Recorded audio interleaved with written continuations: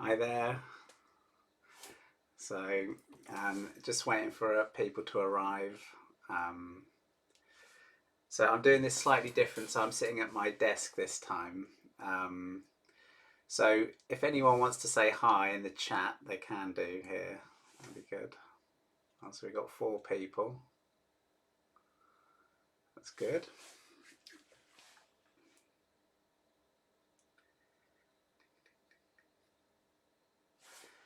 If I put something in the chat here.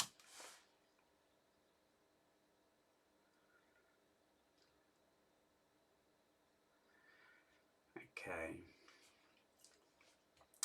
So I'm trying something a bit different today, which is I'm going to be, some students have sent in work, which is really good. So I'm going to be, there's Teresa. Hi, Teresa. I guess I can just say hi. Go. Yeah, so I've put some of the images on Photoshop, so I'm going to go through them and review them that way. But technically, it's not something that I've done before, so we'll just have to see. Just have to see how it goes. Okay. So we'll just wait. Let's have a look. It's Phil. Hi, Phil.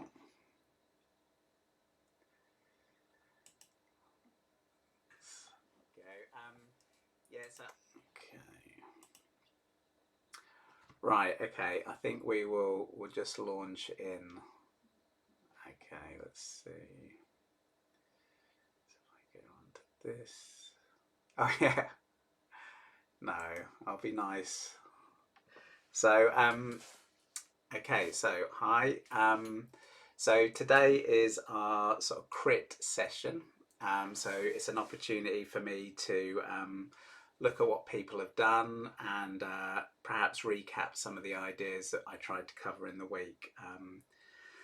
So I say if you haven't seen these videos before, you might want to. This is in reference to the 2 sessions I did earlier in the week. The first one, the subject has been form, trying to capture volume and form in mainly still life painting. So I did a little tutorial on that on Monday, and then on Wednesday I did a demonstration painting. And then in the meantime, people have been having a go at home and have sort of produced some bits and pieces. So we can have a look at those. First thing though, I'll just say a little thing about, so thanks for my students who've transferred to PayPal. I decided not to use Patreon in the end. There seemed to be a sort of VAT charge, and people's reviews said that basically they're taking too much extra money. So I've decided to use PayPal. So if any of you see this and are interested in taking part in the classes, and say after each of these sessions, I have a Zoom tutorial which you can participate in. So you can participate in that and send in your work for crits. If you're interested in that, you can access that through my website, which, as you can see at the bottom, edcooper.art. Okay, so that's a little plug. The other thing you can bear in mind is that in these sessions, I'm going to be, it's an opportunity to ask questions. So they don't have to be specifically related to the theme. If there's something that's come up in your painting generally and you want to ask me, then that'd be good. And it might be useful to be able to talk about it, and other people might find some value in it. Okay. So with that in mind, I'm going to start off with a question that I was sent from Norma. Hi Norma, if you're watching, which is a really excellent question, and I thought it might be quite interesting to have a talk about. So she's written, hello Ed, I wonder if you'd be willing to answer a question that puzzles me. When you're painting something, how do you decide what you want it to look like? Most of us have a pretty fair idea of the period in which a painting was made, partly from the content and partly from the style. What can I do when I'm starting to paint? How do I work out why I'm painting and why I want someone to look at it? I don't want to aim for the sort of painful, awkward stab at realism that I see in many contemporary exhibitions. but neither do I want a feeble pastiche of artists that I admire. You might be thinking she should be so lucky, but when I look at art fairs or even paintings in some magazines, they often make me wince, as do my own efforts. I think it's because they just haven't worked out what they are trying to do, or what we are trying to do. I think a limited palette is a way to help bring a painting together and prevent just turning out a poor reproduction of the subject.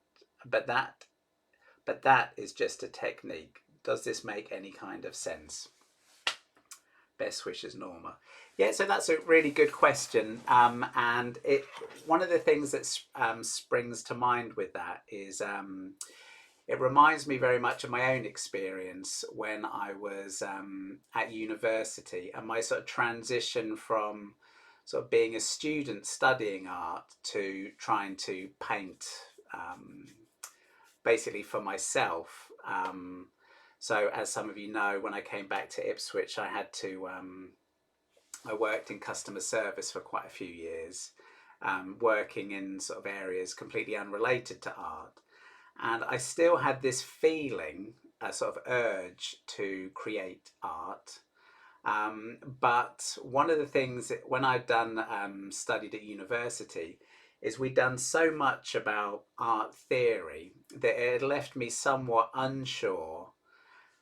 Some of the things she mentions, like why I'm painting, like who am I painting for, and um, I've been exposed to so many different types of art, so much modern art. I liked Francis Bacon, for example. I liked sort of Giacometti, and I liked art that had a fairly. I also read a lot of comic books. I liked sort of 2000 AD, and I liked art that was quite dark in its sort of themes. And yeah, I mean, obviously, it doesn't get much darker than Francis Bacon, almost like quite disturbing and unpleasant.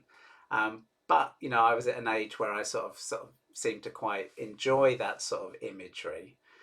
Um, so I was a bit torn myself. I didn't quite know. I was basically, what I think now is I was overthinking it. Okay, it's not to say those questions aren't valid.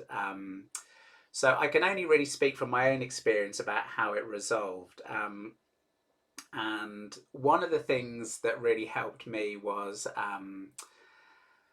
so I had this theme about observational art, and when I was at doing my foundation course at the Ipswich High Street, there was a lot of life drawing going on, and at some point I decided that I wanted to try to become good at life drawing, because I thought lots of people at the time were doing more expressionist, like almost abstract expressionism, like splashing paint around and great big canvases. But I thought in life drawing, I saw something that connected me with art history. And I also felt that I was basically doing something that was difficult, i.e., trying to sort of represent what was in front of me. So I thought, well, if I can try and learn the actual skill of observational sort of drawing, well, at least that's something. Um, I thought that had sort of some merit to it, above and beyond just basically splashing paint around. Because, to be fair, one of the things with modern art is, they became interested in children's art and art that came from people who were sort of in lunatic asylums, I guess they called them at the time, and sort of naive art. So all these sorts of ideas were very much, in there. And so really you got to this stage where it was almost like anything goes, and everything has, some merit depending on what you like. Um, Even abstract expressionism, you can almost see something a bit similar in, if you look at a wall where the paint's flaking off, you can see like abstract shapes in that, and that can have some interest. If your eye is faced with abstraction, you will tend to read in images and faces and scenes, and so that can be quite interesting. But For an artist, for myself, I found that quite sort of ungrounding because I didn't really know, um, what to make of it, because you can just do anything. And then, some people might like it and some people won't like it. Whereas I found, focusing on observation, um, there was some sort of sense of value or quality depending on, obviously most of the time it's not that good, but occasionally you represent something and you just feel there's something good in it. And so, in a way, that was one of the threads that kept me going. And then also, when I got back from university, I remember looking over all my old sketchbooks, and I had all these pictures of things that I'd made up in my imagination, faces and sort of scenes, and even anatomy drawings. But really, what stood out for me was my observational drawings of the room that I'd been in, or people sitting around having cups of tea. And I think because it sort of gave me access to that particular time and place. And also, there was a quality in the drawing which somehow was beyond my own sort of. If I was just making things up, in a way, everything becomes slightly simplified and a bit samey. Whereas in observational work, there's the opportunity for what you're looking at to somehow influence you and take you in a different direction. So that really, for me, focused my mind. That observational sort of work was what I wanted to focus on. And that's evolved and changed, and it's not quite as obviously it's not perhaps quite as straightforward as that, because you're not actually being like a camera.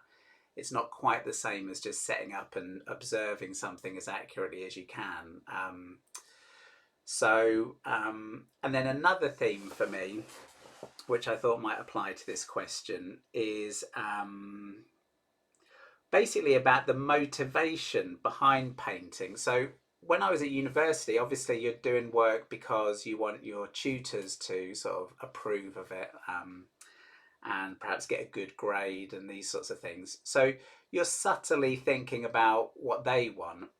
And then when you come out of university and you're not in a situation where you're perhaps going to be selling work or exhibiting work, to me, the real motivation was to create something that I sort of thought had value. Um,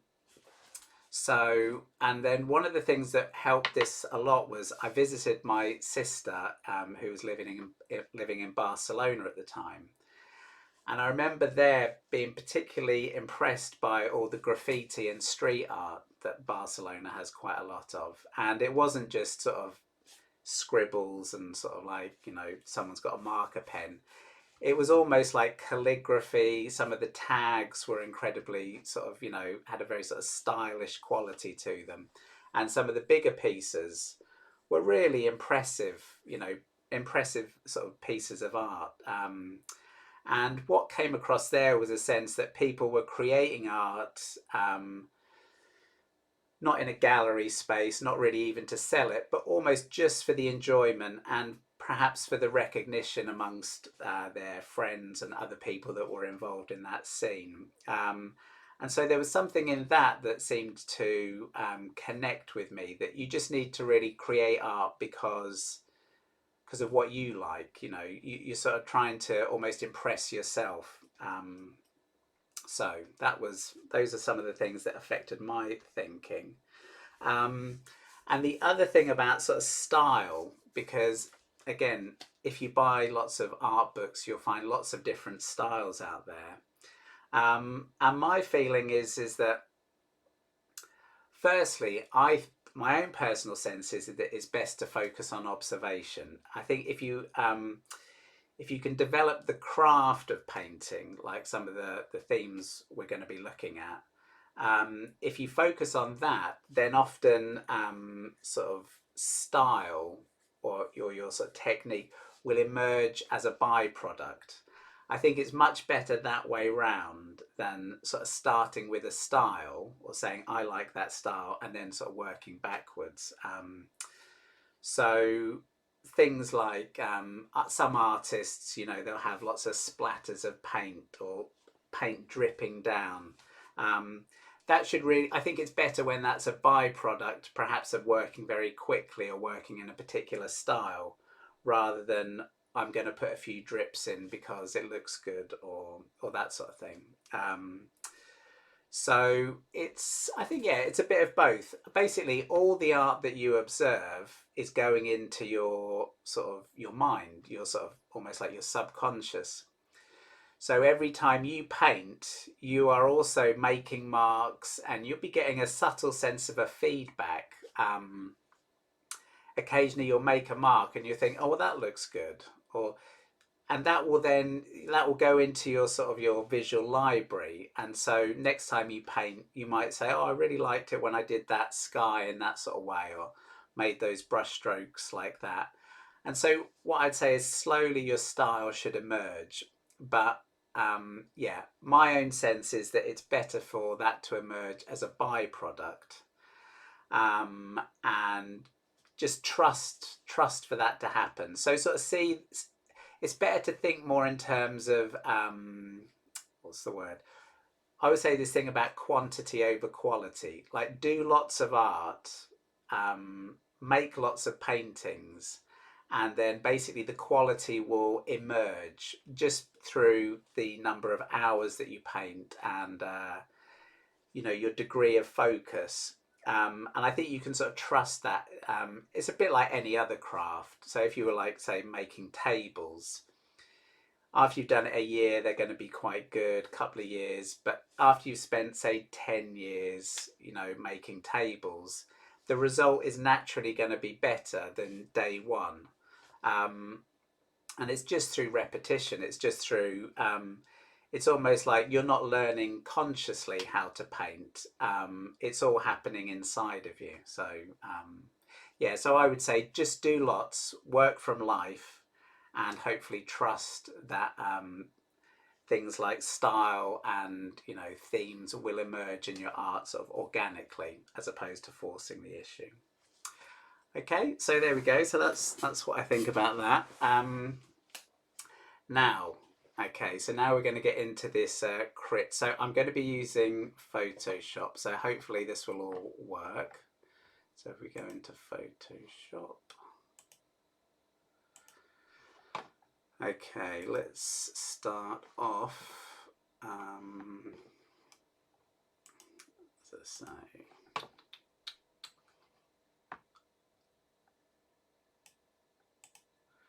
Okay, so here we are. So hopefully you can see this all right. Let's see, this is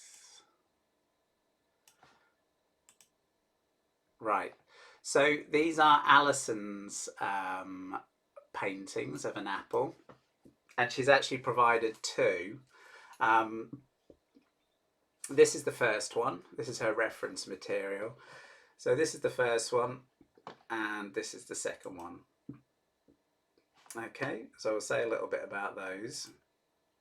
So firstly, the reference material. Okay, so let's make this a bit bigger.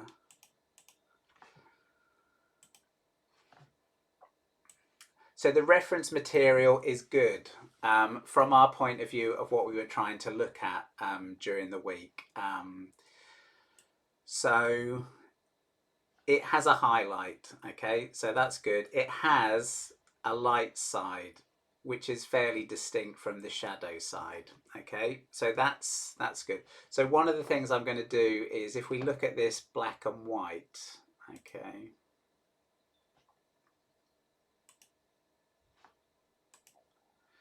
so there we can see the image black and white, and really from our tonal point of view, this is what we are interested in, okay.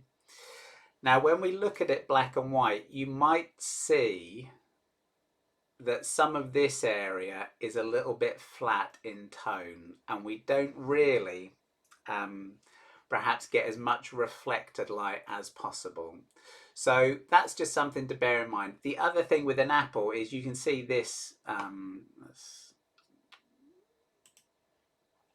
okay, so this shadow area here, you get this light bit here. So things like this are very good at describing the form. Okay, um, let's see. So what I often do when you are sort of processing images, it often, if you do this, like brightness and contrast, okay, increase the contrast. So if you increase the contrast, maybe even turn the brightness down, that almost always makes for a slightly, well, in some respects, a stronger image. Okay, so if we do that, that almost makes it easier to paint because you have a clearer separation of the lights and the darks. Okay, and that's something to bear in mind with your painting, is you want clear, strong lights and darks. Okay, so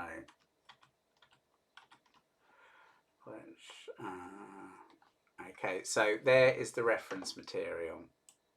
So as I say, what I might have preferred is, well, she's got it against a dark background, which is good as well. So that's nice.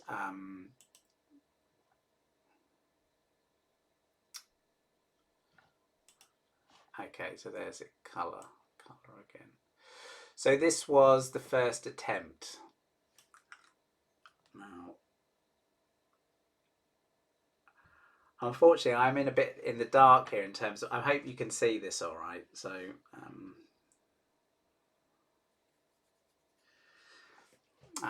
okay, so if we move that out of the way.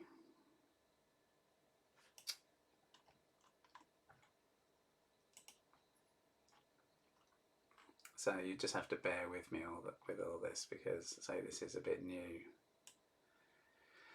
Okay, so here's the first effort, and so what you can probably see is if we do this as well, black and white.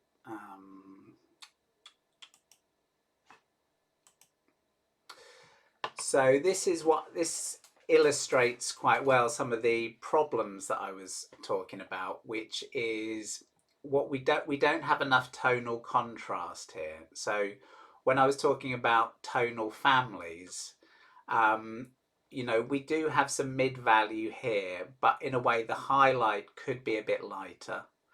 Um, and the shadow is, again, it's a little bit spotty.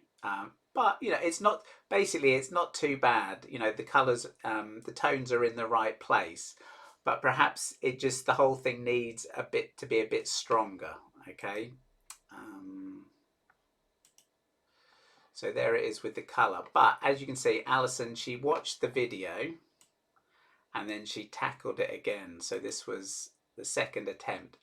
And so here you can see already just a very, you know, a big improvement. So again, if we do this, black and white. Okay, so you can see there, she's managed to get a stronger tonal divide between the shadow and the light. And so that makes for a better image. Now, if I was to increase the contrast again, so by increasing the contrast, you can see that the effect becomes more dramatic. Now, some people may not like strong contrast. If you look at Morandi or some artists that do still life, it's not always about contrast. But for what we're doing with this tonal painting, increasing the contrast like that helps quite a lot, doesn't it? So I would bear that in mind. Basically, you don't want to be too subtle with this when you start off with, okay? And if we go back, let's see. The only other little criticism I might have here is, so these areas here were these green spots, okay? So I think in some respects these have become a little bit too light. They're almost like the paint's been pulled out slightly. So one of the things that I've learned, mainly looking at watercolor sort of books, is you can have an area and it's dark. It's in the dark sort of family, as it were, but you can still have color variation. So you don't vary the tonal value as you have here with these light spots, but you might have some color variation. So little fluctuations between slightly sort of warmer colors and these greener colors, and that will make for the interest. And that will give you the variation, but without perhaps these like spots of tonal variation, which can be a little bit sort of disturbing. But no, overall it's a great little painting. Nice to see some red down here as well, sort of picking up some of the colour as I suggested, and a nice sort of crisp edge there, and then we get a lost edge with the shadow, which again is quite nice. So yeah, very nice painting that, Alison. Very good, and thanks for sending it in. So now we can go on to Phil. Let's have a look what Phil's done. So, okay, so that's Phil's reference photo, and this was his finished painting. Okay, so first remarks about the reference material. So the reference material is good. However, I think you can see there is a core of the shadow. So you've got the highlight, then you've got the mid-tones. But as we transition into the core of the shadow, that is very subtle, okay? And Phil is working in watercolours, so that subtlety is quite challenging to reproduce. We then get a little bit of reflected light there, and we obviously then go into shadow. So the reflected light is more here, and that's basically this light on the floor bouncing back up into it. There's a little bit of a shadow there. So again, if we look at it black and white, let's see, perhaps I'll do it that way, saturation. So if you look at it black and white, really this almost disappears against the background. And so that's perhaps not ideal for what we were after. I mean, there is a very good sense of light on there, but it's simply that this perhaps contrast isn't enough. So if we do the brightness and contrast.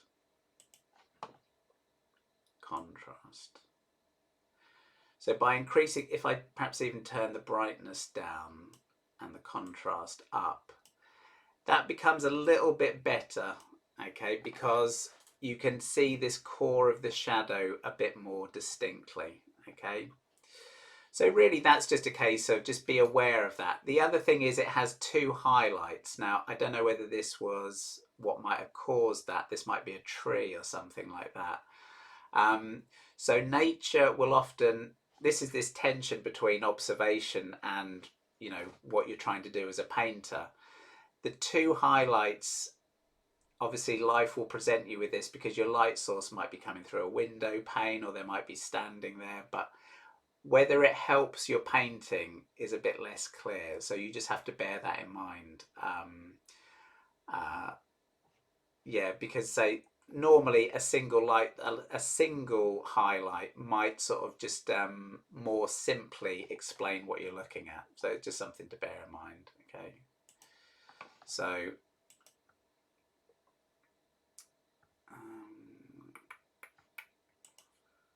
so there we go. That's it, full colour. So he went on to paint it in watercolour, and he's definitely done a good job of it. I do really like this little painting because I quite like this crop. I think cropping it, you know, this close to the edge, I think that actually creates quite a dramatic sort of graphic composition. And yeah, he's done a really good job of basically reproducing the tones, because although they were very subtle, he's managed to get the core of the shadow, the reflected light. This darkening here is actually a sort of a reflection of this cast shadow. The only thing I might say is that this cast shadow is very sort of distinct from this background colour. So if this cast shadow is on top of a surface, maybe this colour needs to be a little bit closer to this colour, just so that the shadow feels like it's not a distinct thing. It's actually a darkening of this existing colour. So that might be something to bear in mind. But yeah, no, I think that's a nice little painting. If I was to reproduce, if I was going to do that exercise again though, I would probably encourage Phil just to set up perhaps with just slightly stronger lighting and the reflected light to get this contrast between the light and the dark. It's more just you don't want a lot of ambient light around. This is why perhaps through a window might be a bit better, so you can darken the room.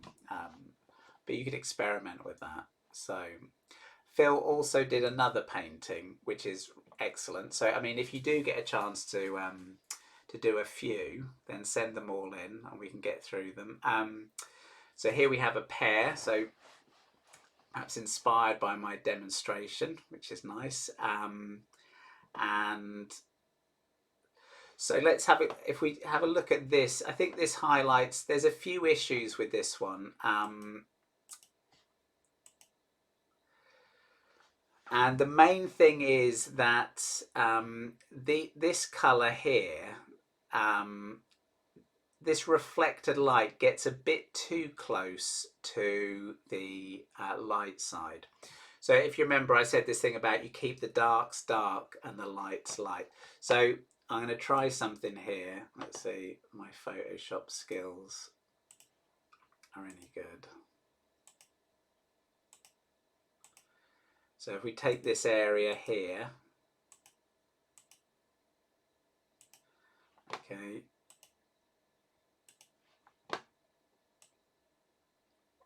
right, if I darken that area, let's see. So by darkening that, I think we get a stronger sense of form. So we still have tonal variation there. So let's have a look.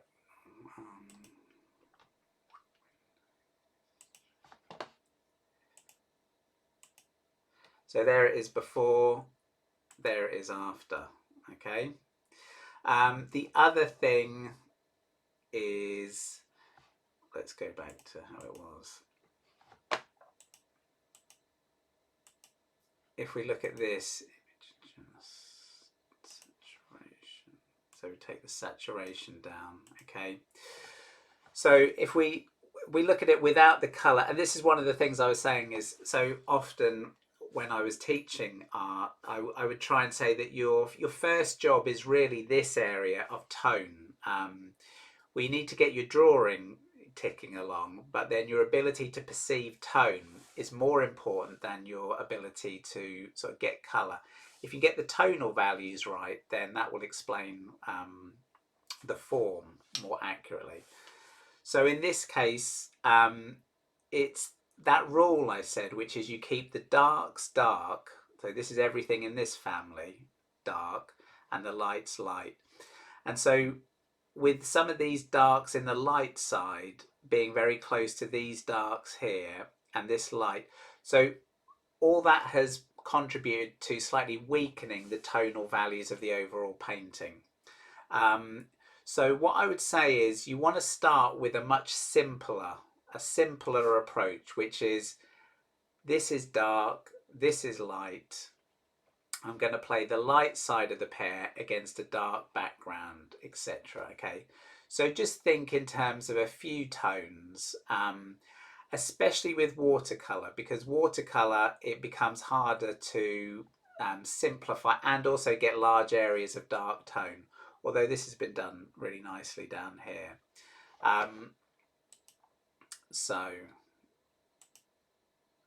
But otherwise, you know, it's got some nice colour notes, and particularly I like the yellow here, just breaking the contour slightly and giving a sense of the light bouncing around. So yeah, so that's a nice little painting. But yeah, that's what I would suggest, is to simplify the tonal values. Okay, now next one. This is Stuart. So hi Stuart, if you're watching. Stuart's quite new, he's been coming to my Felixstowe class. My first comment about this one is, first of all, is the photography. So I was thinking maybe I'll do a little demonstration at some point um, about how to take a good photograph of your artwork. And basically, there's a lot of light bouncing around in here from other sources, and that affects the tonal values. Okay, so really, it's a case of angling your board so that you don't have light directly behind you bouncing into the camera. Um, so, with that said, let's have a look at this again as black and white.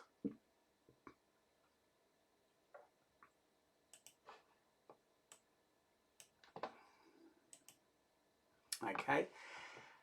Now, as you can see, this really illustrates, again, sort of, you can probably guess what I'm going to say with this, is that from a black and white point of view, the painting, the apple has almost disappeared. Okay. So Stuart is in a great position to improve his painting because, in a way, all this needs initially is to have a much clearer sense of tonal values. Okay, so it might be a case that going back to working just in monochrome using umber and white might be the best step here. Um, so what I would suggest is there may also have been an issue with the setup. If you have too many lights on in the room, that can get in the way. Okay. Um, however, as the subject was volume, oh yeah, I edited this slightly, so we'll just crop this back down.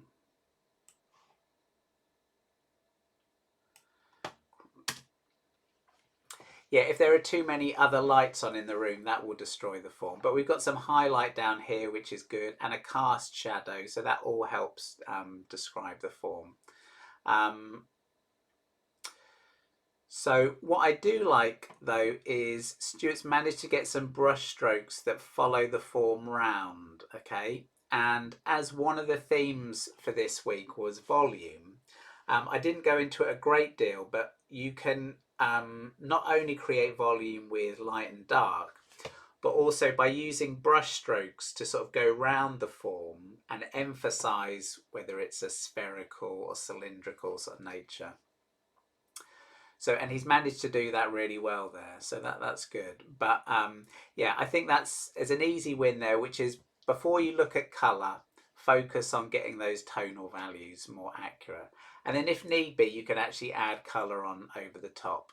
So I'll be looking forward to seeing how these develop.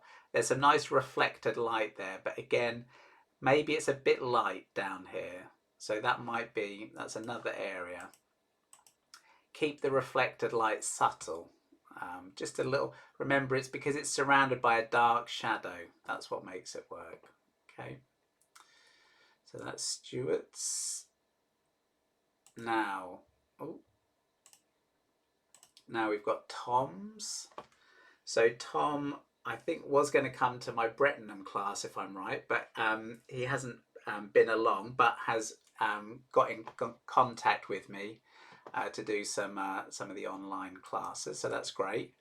And he's working in watercolor, which also is good. You know, it's a nice sort of a challenge.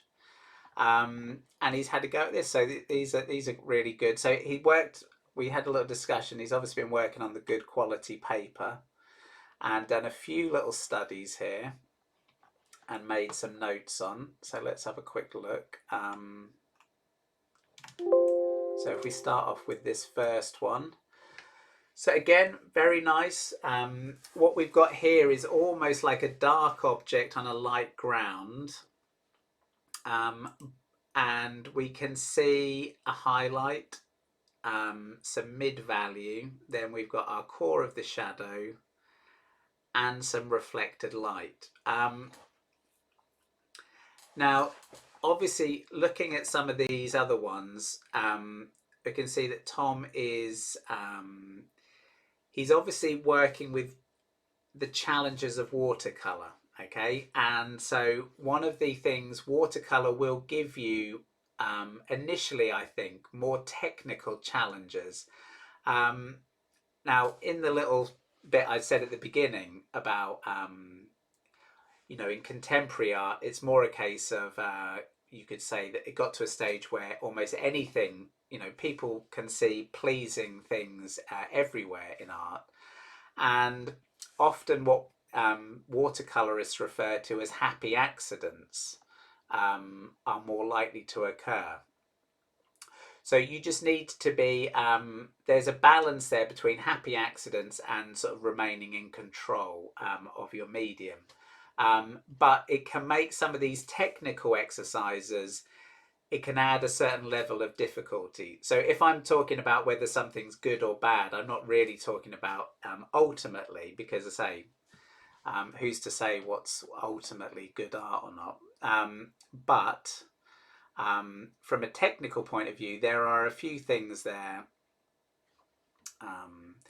Because when we're talking about tone describing form, you're looking basically to get fairly smooth gradients, and I'm not saying that hasn't been the case here, because this one's quite good.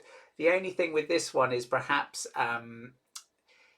there's an exercise which you can do, which is you get something like say you get like a white ball and a red ball and a black ball, and then you shine a light on them, and they all represent the same tonal sort of this core of the shadow, etc. But they will all have different tonal relationships.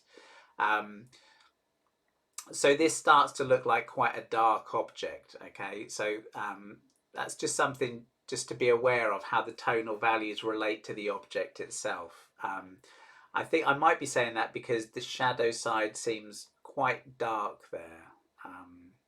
This one's good though. I really like this.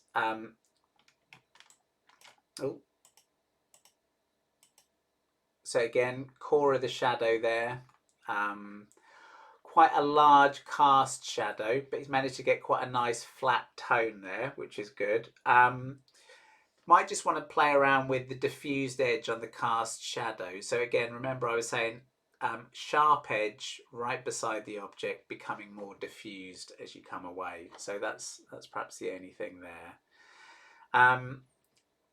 The other thing is these are quite good exercises, but it would be nice also perhaps, Tom, to do perhaps a slightly bigger study. I think though you're on the right track though, which is basically to think in terms of layers with watercolours. So it might not be a case of getting it all done in one go like you might in oils, but laying on your wash and then building up the tone layer by layer and letting each layer dry. Okay, because obviously when you're working wet into wet, that's when, as you discovered, you will get these little things here. So this one here, that's sort of cauliflowering. Okay, and there's a little bit of it going on in some of these. So this one here, and basically it's when there's a bit too much water on the surface and that water pulls. So you can also play around with this thing about working on a tilted board. So that allows the paint to sort of, you won't perhaps get quite so much pooling when you paint. And it's when that evaporates that you get this cauliflowering effect. So yeah, I would recommend playing with that. But yeah, definitely. I mean, it seems like you've got the gist of it. It's just a case of, practice, and getting these, like here again. So with this one, maybe the reflected light there is a bit too similar to the actual mid values. So you want to keep those distinct. So what I would say is perhaps do the exercise again, but perhaps do one a little bit bigger, okay? And in a way, it will be more challenging. So it will, the bigger you paint, the more it will highlight the underlying problems. But that's good, because then you know what you're working with and you can practice on that bigger scale. Okay, but yeah, very good. And I think it was a good move to just do them in monochrome. So I think that's a good way to start off, as I say, with these tonal studies. This is a really good wash, that one, a flat wash. So that's good, and wet in wet. So yeah, they'll stand you in good stead. So you might want to play around with that in terms of laying in some background. You can start off with, as I say, you can start a watercolor painting with a mid-value wash like that, and then you can pick out the highlights with a brush, and then you've established your mid values and your highlights, and then you can add the darks in over the top. So you might want to experiment with that as well. Okay, and then lastly we've got Teresa. So excellent painting here by Teresa, who she's sort of getting the hang of oils, I think is what we could say. So she's a very good pastel artist. I'll have to send you a link to her pastel page on Instagram. And she's she's getting on really well with the oils, but I think she's yet to really enjoy them perhaps on their own merits. But we can see some good things happening here. So again, first of all, it's very colourful, nice composition. And we can also see some good brush strokes here. So again, I talked a bit about this confidence of the brush stroke. So we can actually, in fact, if I get up close, you can see these brush strokes here are coming down and round and all helping to describe the form. So that's very good. And perhaps not overworking the areas. So that's good. And there's reflected light bouncing up there. So let's look at it black and white. Okay, so what you can notice there is we do have some good mid values, and the shadow remains quite distinct. This reflected light is probably the same tonal value as what's going on in the mid values, okay? Which on a very reflective surface like a pepper, it's quite possible that will happen. However, it still helps to bear that in mind about keeping the darks dark and the lights light. Okay, so really what's going on in this area should all be a little bit lighter than what's going on back here. So you might just want to experiment by just pushing that idea a bit further. And if you surround the reflected light by the dark shadow, you don't need it to be much lighter and it will still register as reflected light. And the other little thing I was going to talk about was this foreground area. Okay, so looking at it under the monochrome, you'll see that it's basically like a flat shape. Okay, so I would always perhaps encourage you to try and think a little bit in terms of a gradient of some form, even like with the background, areas where there's not much going on. And so often you will want the highlight around here. Okay, so let's see. Yeah, I won't try and sort of draw on top of it. I'll try and work that out next time. So yeah, a little highlight, a spotlight around the object, then perhaps going a little bit darker as you go off to the background. That will help that to recede. And maybe not so much light around here, the corners. So light tends to pull the eye, so perhaps not having quite so much light there, but revert. Okay, but yeah, as you can see, the colour works a treat there, and particularly like this, say nice, again, nice thick, confident brush strokes. So that's good. Let's have a look. Brightness, contrast. So pushing the contrast there, is that better? I don't know. I mean, maybe. But again, there's a lot of light down here. But that's just, again, something to bear in mind. Often when you put images on Instagram, they suggest increase the contrast. It might just be that it reads better across the room. So that's something to bear in mind. Okay. So let's go back here. So here we are again. So hopefully I'll find out in a minute whether that all came across okay. So thanks for sort of watching that. Hopefully, I say the Photoshop bit, worked. And for those of you that are going to be joining me in the tutorial, I'll see you in about 10 minutes. And for the rest of you, I hope you found that useful. If you have any questions, you can sort of send me an email. All that's on my website, edcooper.art. And don't forget to subscribe. That would be much appreciated. And I'll see you next week. So next week we'll be carrying on. We'll be looking at overlapping forms. And same format. So I'll be here 10 o'clock on Monday morning.